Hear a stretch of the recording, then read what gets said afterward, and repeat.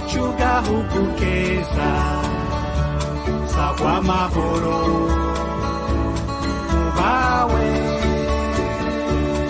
abana bawe bose wavyaye utekanirwe utunganirwe gahugu kacu umutima wa Afrika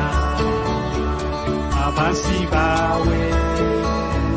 bakanibona waratemvye niwatembagaye iyakuremye irakubona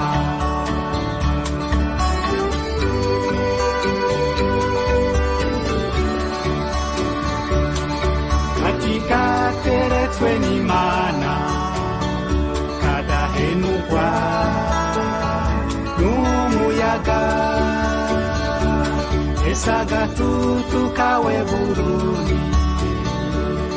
kw'isi yose naho nagasanze mu gitondo izuba riserutse ubwiza bwawe boraba ku mugoroba inka zitashe Imana iruruka ikaguhezagira gahugu kacu kiteka torekira intambara abana bawe bagukunda uzogusanura uguteza imbere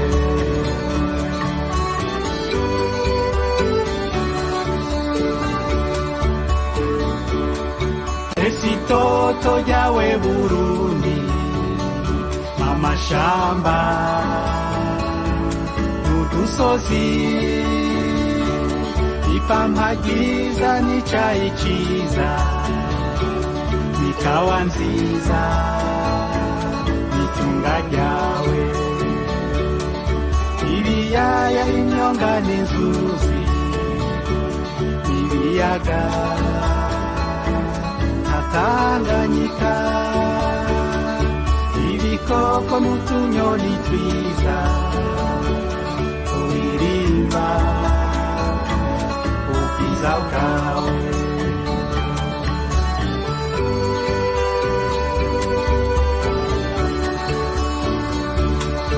mu gitondo ca kare cane abana bawe bagenda ku mirimo ese ubabonye bariko bakora banezerewe birahimbaye Barundi twese twijukira ibikorwa byo soko y'amajambere maze umwimbu ube mwinshi amahinguriro yiyongere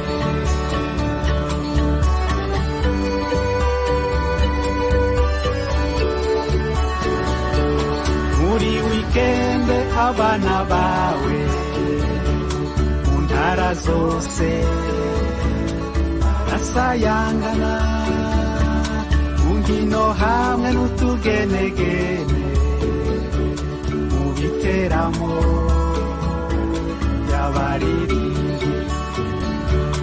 ese abatimbo mu kuvuza ingoma bahayagiza mico kama hari n'abava mu mihingo y'isi baje kuraba ubwiza bwawe gahugu kacu iteka torekira intambara abana bawe bagukunda uzogusanura uguteza imbere gahugu kacu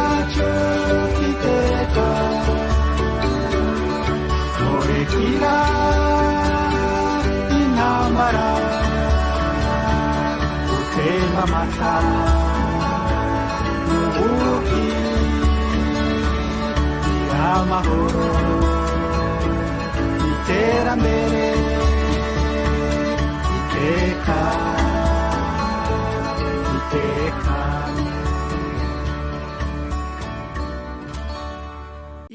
iradiyo televiziyo RTBB n'ijwi ryiza ry'Uburundi bwiza.